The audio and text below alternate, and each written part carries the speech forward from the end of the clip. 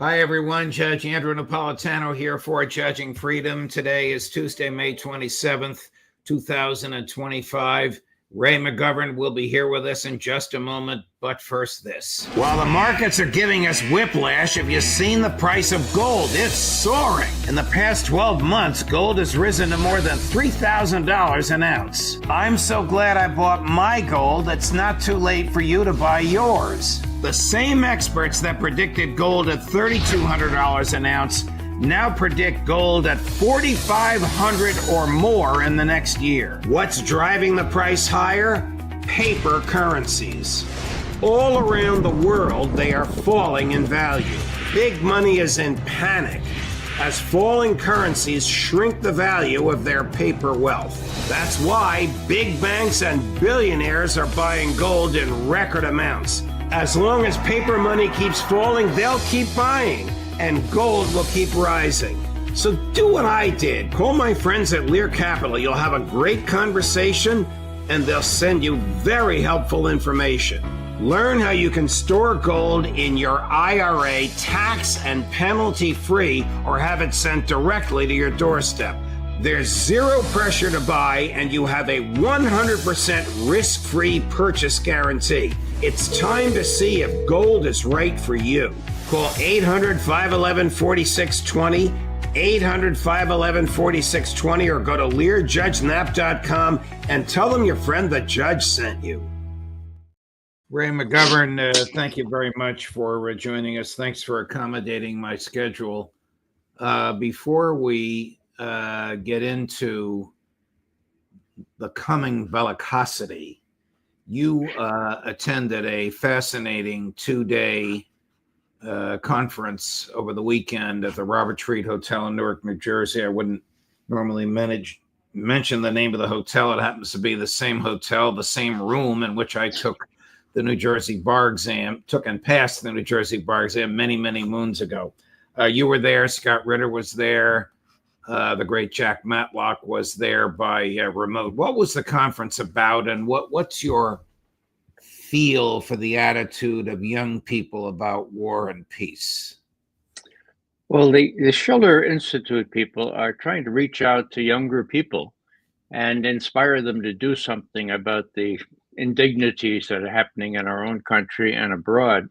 They're having some success, and they're working really hard at it. So Scott and I gave what might be called motivational speeches, a little bit of history, but then saying, look, there is such a thing as too late. Get off your couches or get off your desks from behind your desks and do something. So it was pretty successful, as I could see. I could only stay the first day, but I understand that they really got going with the young people on Sunday. So I applaud them, and it's an uphill battle, but the more people get informed, of course, the more motivated they are to do something. Is there a growing opposition in the United States to our funding of genocide in Gaza? Yes, there is. And as an aside, I brought my keffiyeh with me, and I wrapped myself around it, or wrapped it around me as I spoke, saying, well, quoting Bishop Desmond Tutu, who famously said, in times like these, it is not moral to be neutral. To be neutral is to be on the side of the oppressor. Now, Tutu, decades before, visited Palestine and came away and said that he found the apartheid there worse, mind you, than that existed in South Africa during apartheid's heyday. So he knew what he was talking about. And when he talks about, not being able to remain neutral, well, that's why I put on my little keffiyeh without any pretense of being neutral and therefore on the side of the oppressor. Do you have any hesitation whatsoever about saying free Palestine? Oh, of course not. I mean, Palestine should be free. The UN says it should be free. Everyone who thinks correctly, who thinks that the Palestinians are human beings, that their children and their wives should not be killed. Everyone believes that Palestine should be free. Now, whether it's from river to the sea, well, that can be negotiated, but you have to have honest brokers, and the U.S. has not been an honest broker. Here's the U.S.'s partner in the slaughter on whether people can say free Palestine and what it means. Chris, cut number one. Free Palestine. This is exactly the same chant we heard on October 7th. On that day, thousands of terrorists stormed into Israel from Gaza. They beheaded men, they raped women, they burned babies alive. Free Palestine is just today's version of Heil Hitler. They don't want a Palestinian state. They want to destroy the Jewish state. I could never understand how this simple truth evades the leaders of France, Britain, Canada, and others. They're now proposing to establish a Palestinian state and reward these murderers with the ultimate prize. You won't be surprised to learn that Hamas thanked President Macron and Prime Minister Starmer and Carney for demanding that Israel end its war in Gaza immediately. Now, these leaders may think that they're advancing peace. They're not. So don't give us this talk. It'll be a peaceful Palestinian state. It won't be.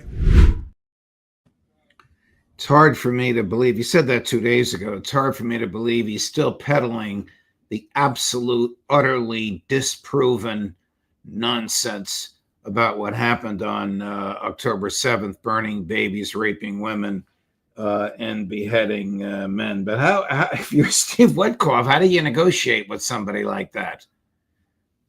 You can't. You got to pressure them.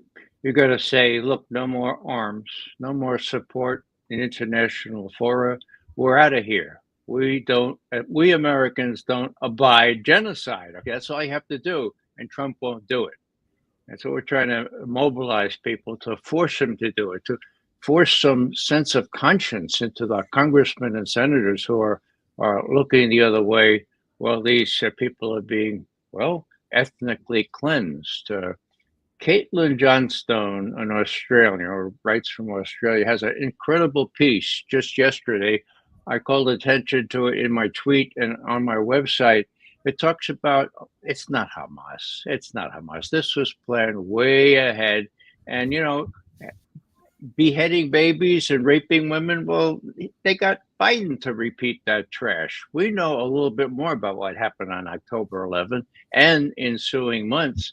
And it's not to the credit of Israel or Netanyahu, certainly. He's in danger of being put in jail, okay? That's what worries me. What will he do to avoid that? Would he try to start another war with Iran? I wouldn't put it past him. He's really in a lot of danger, aside from the allegations of his personal criminal behavior. He does not want an investigation of the origins of October 7th. He will do everything he can, unless he can control the investigators, to prevent that from happening, because he knows that a lot of fingers will be pointing right at him. Well, he's a pretty slippery guy, and for the nonce, he's been able to prevent that. Whether he could do that over the longer run, I just don't know. What worries me is the Samson option. They've got nuclear weapons. They've got kind of a threat to Iran, and if he thinks he can mousetrap Trump into supporting him with an attack on Iran, he's going to do it if he's in dire straits. So that's really, really troublesome, because I'm not sure, although I hope this is so, I'm not sure that our military have told Trump that would be the end of Israel and be the end of U.S. military bases anywhere near Iran.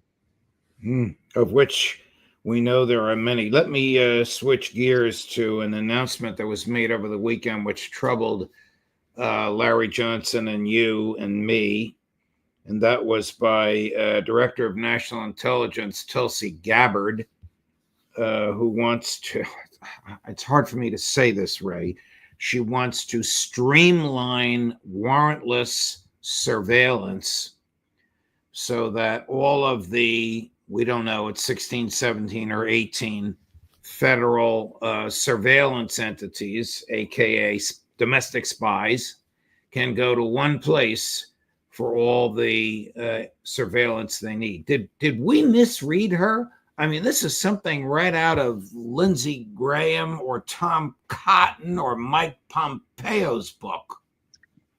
Well, there are supposed to be safeguards there, Judge, safeguards that will be abided by. You're quite right.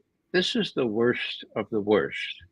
Now, there are ways to prevent this. There are ways to do this without violating the Fourth Amendment or FISA or any other law, okay? Luckily, veteran intelligence professionals for sanity, in the person of Kirk Wiebe and Bill Binney, Ed Loomis, three very high, very senior, two of them former technical directors at the NSA. All friends of ours. Right. Are at work as we speak on a VIPS memorandum, not only to show how dangerous this is to our civil liberties, but to propose constructive ways they can get around this with the same result. They've been doing this for 25 years. There are ways to do these things. You don't have to violate the Constitution to do it. I mean, if I am reading correctly, and I think it was in the Guardian of London, it wasn't on the front page of the New York Times or the Wall Street Journal or the Washington Post. If I am reading this correctly, the horrors that the great Edward Snowden revealed are going to be exacerbated by a presidential administration, the head of which, Donald Trump, was himself victimized by this kind of spying before and during his first term in office, and he knows that. That's right. And, Ed Snowden talked about turnkey tyranny.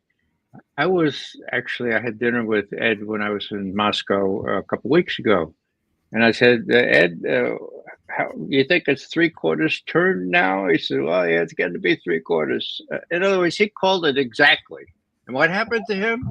He's unable to come home, even though our Congress rewrote the law to avoid some of the indignities that Ed pointed out when he revealed all those secrets. Now, that was the very patriotic thing to do. I'll show you a little photo of Ed and me. It was a wonderful reunion. I hadn't seen him since we gave him the Sam Adams Award for Integrity way back in October of 2013. Four of us went to Moscow to do that. Wow.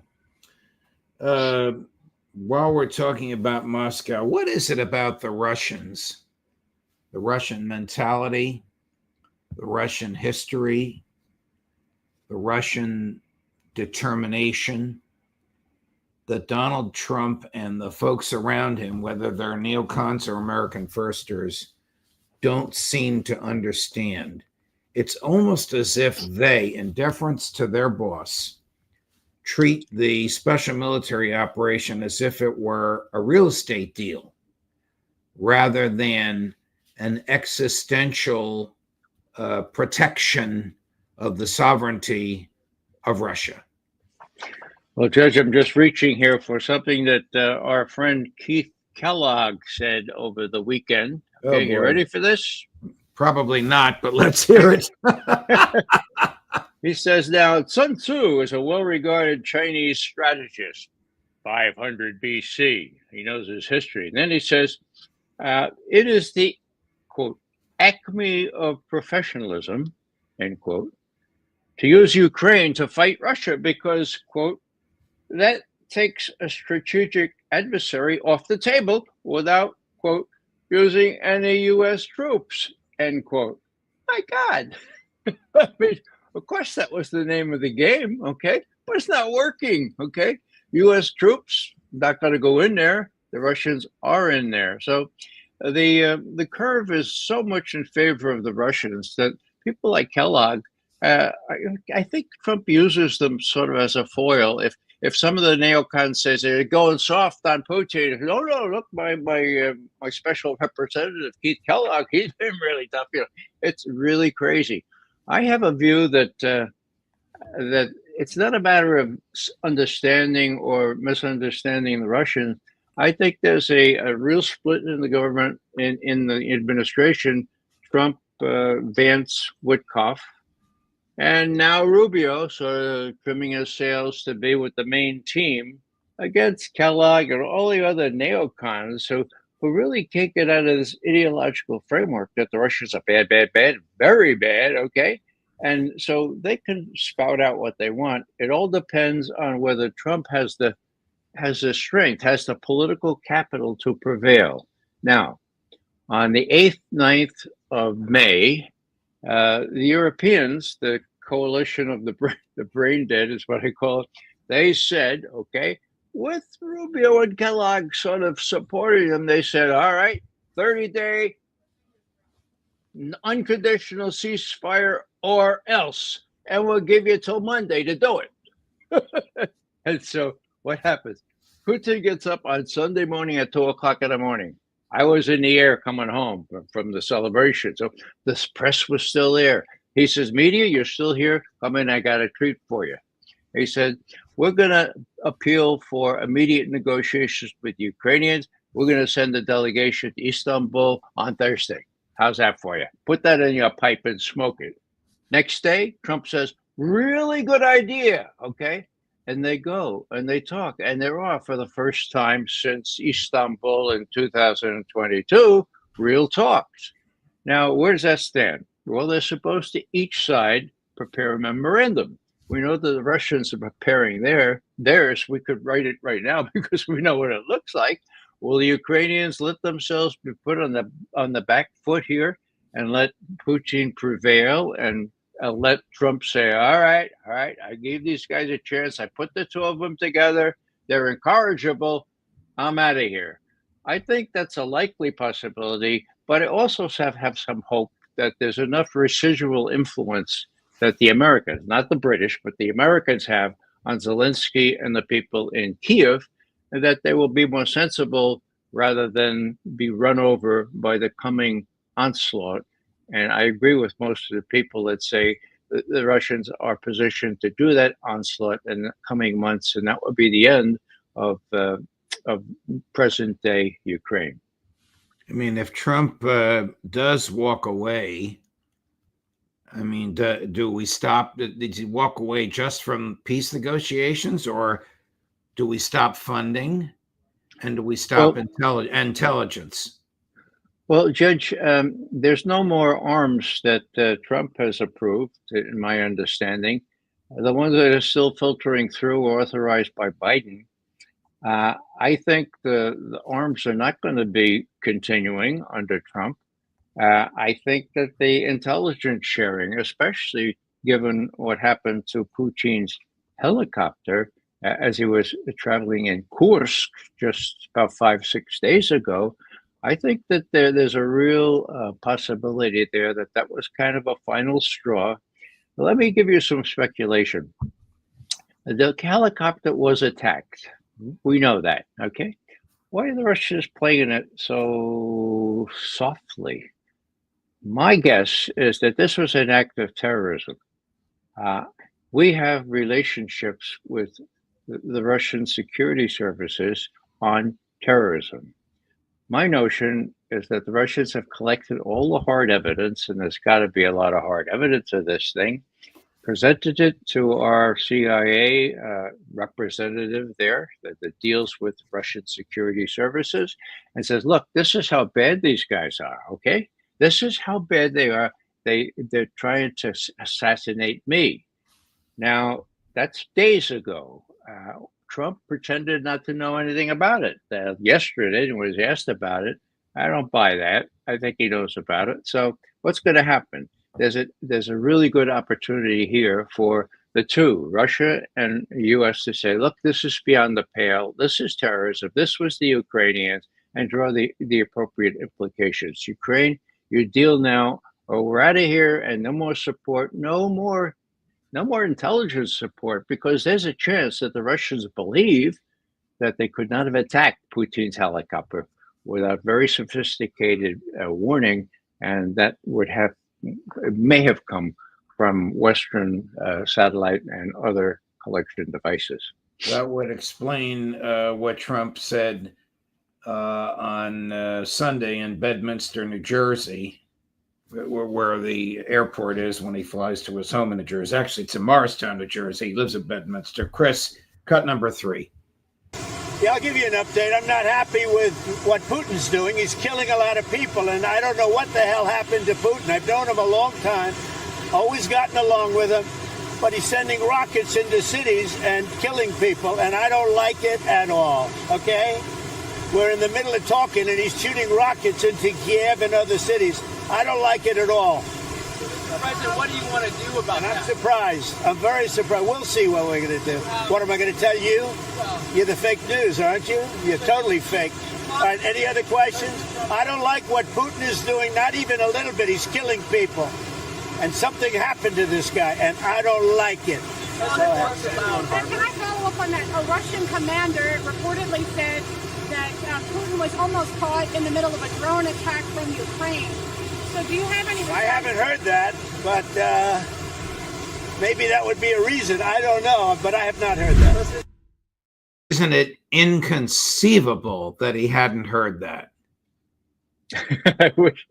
I wish I could say that. You know, there's a line in The Princess Bride. Inconceivable. Well, nothing is inconceivable with respect to Trump. He's all over the place. He's the brand name for unpredictable. And who knows? He's playing golf all weekend. Maybe nobody told him that this happened. And what I said just now is very speculative. I have to say that it could explain the delay and all this other stuff. But what's being prepared now is this major offensive by the people that want to keep the war going, Judge. David Sanger. We know that David Sanger is the CIA mouthpiece for the New York Times. We know his record, okay? Just to give you a for instance, as we used to say in the Bronx. So I'll give you a for instance. Here it is. July 29th, 2002, U.S. exploring Baghdad strike as Iraq option, and Sanger says that WMD are in Iraq 7 times as flat fact. Again, July 29th, 2002. When was that? Oh, that was right after CIA Director George Tenet met with the UK MI6 chief and said, no, we're going to have a war. Bush has decided to have a war, and it will be justified by the conjunction of terrorism and weapons of mass destruction. Translation, we will say that Iraq has weapons of mass destruction, is likely to give it to terrorism, and the facts and the intelligence will be shaped to fit the policy. That we know was briefed to the Prime Minister, what's his name? The fellow who was Prime Minister then, Blair, okay? Now, that's Sanger's record. The other thing is, we say this, okay? Now, Russiagate, October 7th, 2016. This came as President Obama persuaded the head of the Department of Homeland Security, Jay Johnson at the time, and James Clapper, the head of National Intelligence, to come up with a memo saying, we know that the Russians hacked the DNC to deprive Hillary of a win, okay? October, a month before November. They're trying to prevent Hillary from winning. Now, what happened? The same day, David Sanger. U.S. says Russia directed hacks to influence the elections. Now, that was so bad that Jay Johnson, who has a conscience, had to sort of explain later that, you know, we had no reporting from CrowdStrike that did the forensics. But Obama said, no, we got to put that thing out right now, October 7th, so give it a whole month before the election. Anyhow, I'm saying Sanger is responsible for all this. And this morning, to no one's surprise, he has Trump condemns Putin's killing in Ukraine, but doesn't make him pay any price, okay? The whole thing is about how Trump is weak-kneed. He's not holding Putin to account. There have to be, you know, sort of sanctions which don't work. You know, it's like a rework of what those brain dead Europeans are saying. massive sanctions, bone-crushing sanctions, and if not, war, just watch out. Well, it's crazy. I think the things are going to go along. I think this week, and this is a guess, I think this week the Russians are going to present their memorandum to the Ukrainians, and then it'll be in the Ukrainians' field to react. And I think things will go along pretty well until the Ukrainians show themselves to be incorrigible again. And then I think Trump will say, okay, now we're really out of here. We did all we could to foster this conjunction of this feeling of talk. And, we can't do it. So Europeans, you're lucky. Give it a good try. We're out of here. Trump is calling Putin crazy because in Trump's view, he's attacking civilians intentionally. We know from the Telegram chat that the American Defense Department attacked civilians intentionally in Yemen. Trump seems to have no remorse about that. That's true. And, all this business about the Russians hitting civilian targets, well, saying the proof is in the pudding. How many died under this massive attack this morning or last night?